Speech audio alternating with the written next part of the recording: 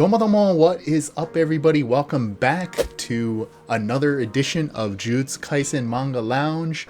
Today we've got chapter 116, the Shibuya Incident Part 34. Before we get into it, thank you very much to all of those that always leave a like, leave a comment, share, all that good stuff, and spread that positive juju in general. And also, if you haven't seen it yet, I recently put out, just started a new video game let's play series on the Ghost of Tsushima. It's a 4K action, 60 frames per second action. It's really high quality stuff. I put a lot of effort into it, so if you like that kind of stuff, video games, definitely take a look. And one more thing with these, I want to kind of make this perhaps a thing in the future with the Let's Plays. I'll always play games that have something to do with Japan in one form or another, whether it be they actually use Japanese as the language, the setting is Japan, kind of Japanese culture and that kind of good stuff. A place where you can watch some video game action, but also maybe gain a little bit of knowledge, pick up a few useful Japanese words or some pieces of knowledge that perhaps I can offer. Ghost of Tsushima is perfect because not only is it set in that kind of samurai, late 13th century Japan. The main role of Jin Sakai is actually played by Nakai Kazuya, who is the voice of Zoro from One Piece, also Mugen from Samurai Champloo, and also Date Masamune from Sengoku Basara.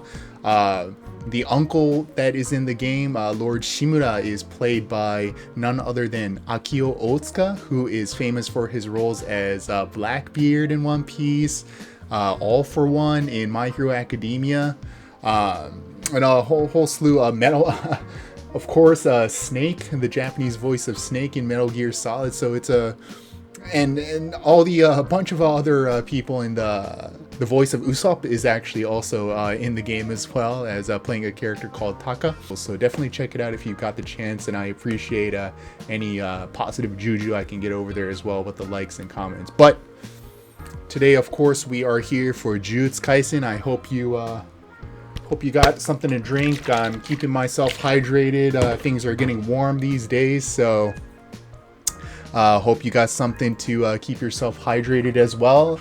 Chapter 116, Shibuya Incident Part 34 incoming. We've got a lot to cover, so let's do this.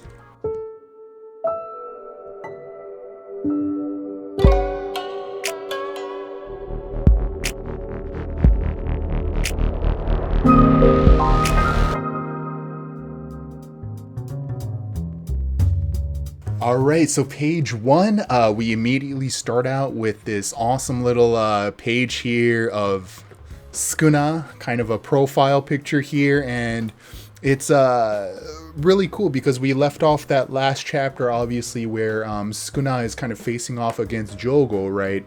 And then he kind of busts out some fire, and then obviously Jogo's a little bit surprised. That kind of mysterious, he said something, kind of an enchantment spell that Jogo wasn't familiar with, and we were supposed to be left a little bit kind of like, oh, what's going on, right? A lot of course, Jujutsu Kaisen is great at asking a lot of questions, answering some along the way, but then for every question answered, there's 2 questions that come up, right? A very good way to keep the readers engaged, but never kind of satisfied, but never fully satisfied, right? I gotta say, as a translator, this week was a very, it was a treat. Any translator that you talk to will obviously say one of their favorite things is when the pages have no text on it. So I not only was I treated to this, this big 2-page spread here, which looks absolutely insane. This is happening in the middle of Shibuya, so things are going to hell, right? And then we move on to page 4. So this hand is of Sukuna. His is a little bit more, if you were to describe his flames, it's kind of a little bit more like how you might think of like flames kind of like flickering and things like that. It almost seems like kind of he can stretch it out almost. Whereas Jogo's on page 5 here, you can tell with his black fingernails, His is kind of more like balled up, kind of like a fireball, if I were to describe it in any way. But obviously, Jogo can manipulate fire in a lot of different ways. But just as kind of a distinction between the two fires here. And then on page 6, very cool. Sukuna's got this like fire arrow thing going on here, and then Jogo with his kind of fireball at the ready, right? Very cool stuff. I mean, just some really cool panels here going on. The artwork obviously is very cool, very stylish. The way that even, you know, Sukuna could be like going like this or something like that, right? But he's got even the, you know, going, what was it? It's kind of more like this. Very cool stuff. You know, at first glance, you look at page 8 here, you see Dagon and Hanami, and then, you know, Jogo, and then obviously you're supposed to be like, oh, he's kind of got into like a dream state. It's kind of hard to tell because, again, this is kind of one of these mysterious things because it's, maybe they share some connection. It's not really explained, but it's kind of implied that as this is happening, Jogo kind of flashes kind of into this weird kind of dream state where he's connected to them, right? I don't know if it's supposed to be some sort of anything more than that. It's probably a little bit more kind of interpretive, if I'm honest. But you know, then Jogo is kind of talking to Hanami and Dagon here, and it's one of those moments and something that Jujutsu Kaisen obviously kind of was kind of maybe foreshadowing a little bit, especially with the Yasuhachi Bridge arc. You know, when Itadori and Kugisaki were fighting, you know, Eso and Kechizu, the kind of idea of even curses and cursed spirits kind of having, well, cursed spirits more specifically, cursed spirits kind of being these manifestations of, you know, kind of fear, negative attitudes towards certain things, like with Jogo, Hanami, and Dagon, the ocean, the forest, kind of earth, and things like that, and Mahito obviously as people, just in general.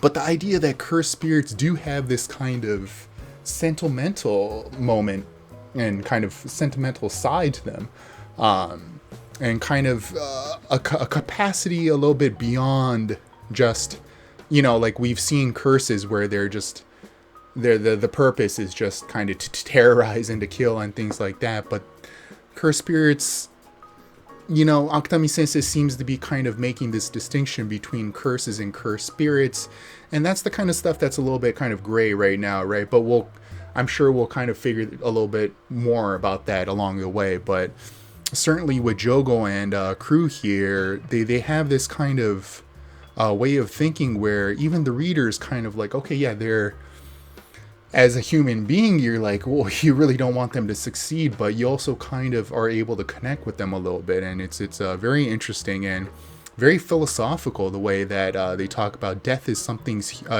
humans fear and detest. However, humans linger beyond it as well. And just this kind of perpetual fear that human beings feel is kind of is interesting and kind of represented here by Mahito on the next page, on page 10, where it says death is a mirror for humans and Mahito is that mirror. So kind of that the idea that death is certainly this fear that humans always seem to kind of have within them, right? Wherever you are, it doesn't matter. Human beings more or less pretty much share this kind of idea of this kind of fear of death, right? And that certainly Mahito kind of represents that fear, represents that human nature, and is representing that, you know, this mirror. The mirror is supposed to be it's a philosophical representation, right? It's not an actual mirror here. I don't think it is anyways. It's not supposed to be taken that way. But, you know, certainly it kind of reinforces the idea, especially when Mahito used his domain expansion, right? It was on this kind of idea of this oh, is he going to be killed? This death, right? He had this connection with death all of a sudden. That's when he was able to really truly manifest his domain expansion. So the theme definitely connects here. And they kind of go on here to say that Mahito will become stronger and stronger, especially if we're to assume that Mahito is a representation of human kind of fears and the manifestation of that. As things start to get more and more worse in the world of humans, that it just feeds into Mahito, right? The more fear that humans feel, theoretically, Mahito is supposed to get stronger and stronger, and I think that's what this panel is probably supposed to represent here. And certainly why he is the most powerful. And then kind of a little sad panel here at the bottom here, you know, Jogo saying, well, when we're all reborn, though, we're not going to be the same entities that we were before. We're not going to have the same consciousness, so to speak. And so that, you know, they won't really recognize each other is what he's implying if or when they are reborn again. Because they are killed, it doesn't matter as long as humans exist and as long as humans have this kind of fear of these different natural entities, that they theoretically will be born again. And then Jogo says, even so, I'll be anticipating the day that we meet again. Really kind of a sentimental moment here. And remember what Jogo says here. He says, we're the true humans, alluding to what he said in the cafe scene when he was talking to the fake Gojo, right? Kind of saying that he wants to become, that he believes that cursed spirits are the real representation of what humans are, kind of a more dense version of them, so to speak, right? And then Sukuna is really kind of showing a side of himself here that is a little bit more, you know, the past few chapters we've just seen nothing but him being an absolute terror, right, and something to completely fear, and he certainly is, but we're seeing this more philosophical side to Sukuna as well here, which brings a completely different dynamic to him, which I absolutely love, because we haven't really seen this before of him. So he says, so you wanted to become human? But then Sukuna, obviously, he's very smart, you know, so he says, yeah, I know what you mean. I'm not like actually humans, but kind of more like taking their place, kind of you believe that you're the more, as Jogo said, the true humans. And remember, Sukuna, as mentioned in chapter 3, I believe, was originally a human being as well, so that's why there's something a little bit different about Sukuna as well, and there's a lot of these kind of mysterious aspects about him. We really don't know much about why he is the way that he is. You know, originally being human, now he's considered the king of curses and this and that, so something definitely happened with the human being Sukuna that led him to become what he is right now, and I'm sure we'll see that along the way. But says, but then he kind of goes on to say, that said, it makes it all the more foolish. Comparing themselves to those around them leads to weakness and stunts their growth. So I like the way that he said humans flocking together, curses flocking together, almost as though he kind of separates himself from those two entities, like he is something different. He's not quite human anymore, and he's not quite fully curse. But he goes on to telling Jogo, you should have just believed in yourself, just burn everything that you desired to a cinder without a thought, and don't think too much. You were thinking too much. You should have just acted based on what you believe and what felt right. And remember, that is what Mahito talked about very strongly as well, and why he was able to kind of achieve this power very, very quickly, because Mahito just kind of operates based on his feelings, what feels right. And he says, to reach the heights of Satoru Gojo and not to worry about the future or identity, but you lacked the hunger to take hold of your desires, right? Then Jogo on page 13 here says, you're probably right. But then Sukuna quickly kind of cuts him off and says, but you know what? It was actually pretty fun and you were pretty strong. You know, he's giving him props, which is very interesting here. Says, and the very cool panel on page 14, stand proud, you're strong. Page 14 and 15. And then all of a sudden Jogo starts crying here. Very interesting.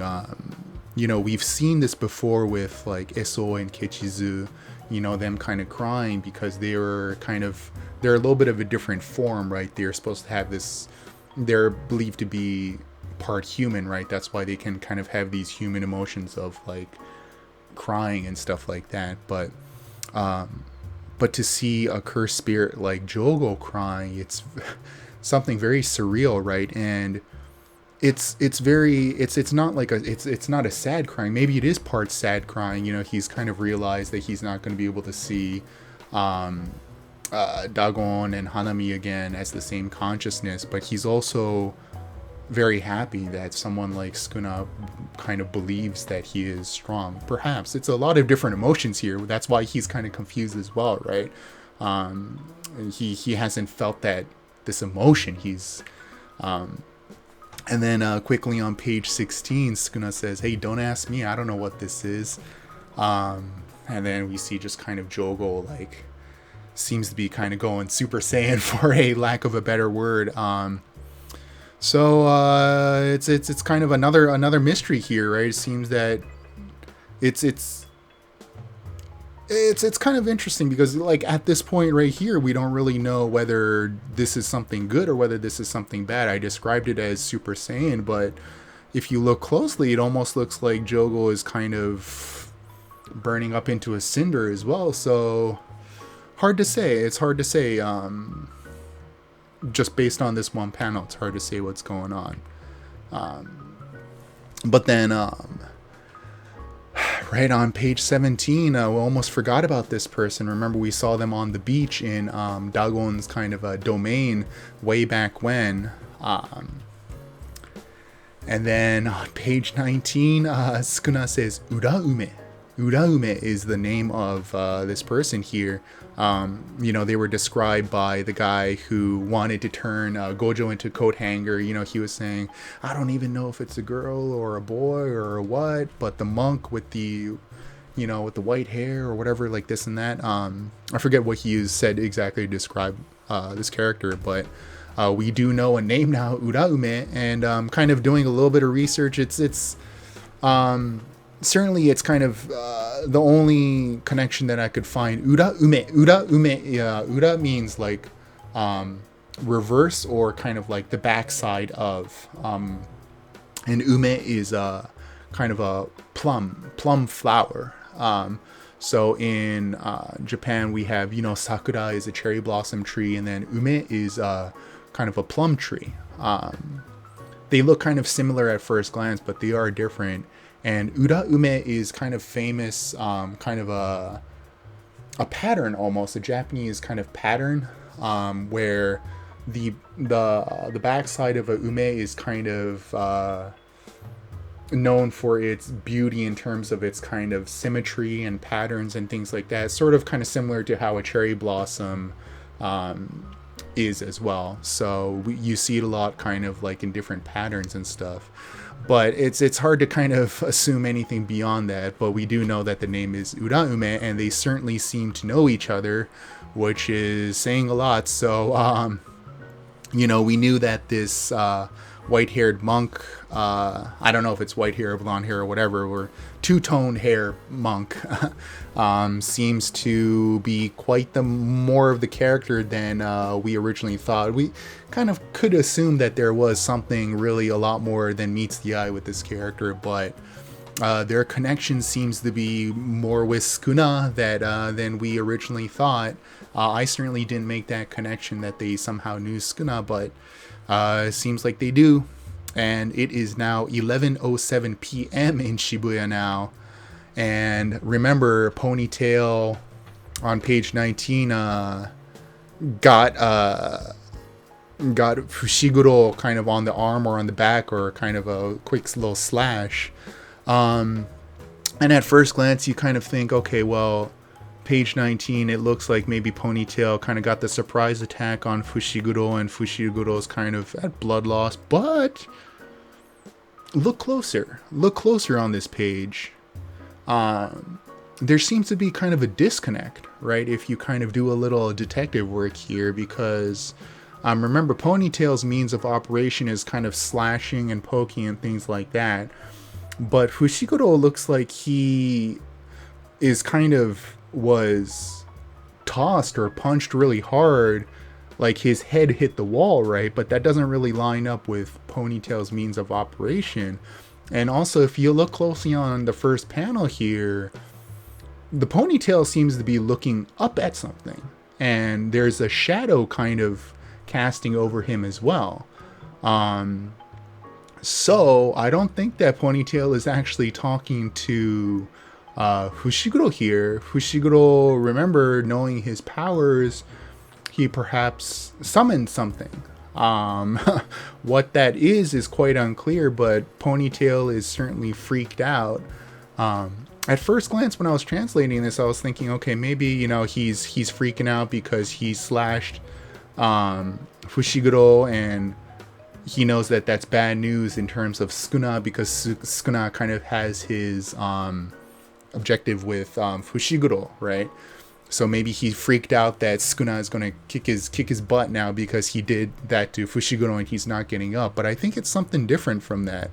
What it is, it's hard to say, but kind of my theory is that he summoned something that perhaps we haven't seen before. You know, in terms of something this big, the only thing that would really make sense would be Max Elephant, right? But Max Elephant, I don't think would really get this kind of reaction out of Ponytail. And we've only seen, what, like 6 or 7 different Shikigami from Fushiguro, so there are still more that we don't know.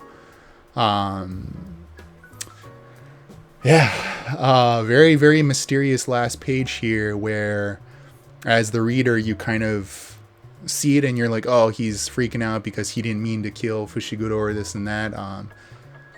But I think it might be something different. We'll have to see in next week's chapter, though. So I can't wait to find out what chapter 117 I'm itching to get my hands on that to translate. So we'll see what's going on. But yeah, hey, that is chapter 116 of Jujutsu Kaisen. It's things are, the mysteries are just keep on getting deeper and deeper, and you know, of course, I'm very happy to be the translator for this series, but sometimes I really just have to kind of like, what the heck is going on, and do my research and this and that. But hopefully you guys are enjoying it, and thank you very much for coming by to watch, as always, of course, and for spreading that positive juju. And I won't keep you that much longer. I just got to say, hey, you know how we do. Cheers to you. Mata yoroshiku. We'll see you again.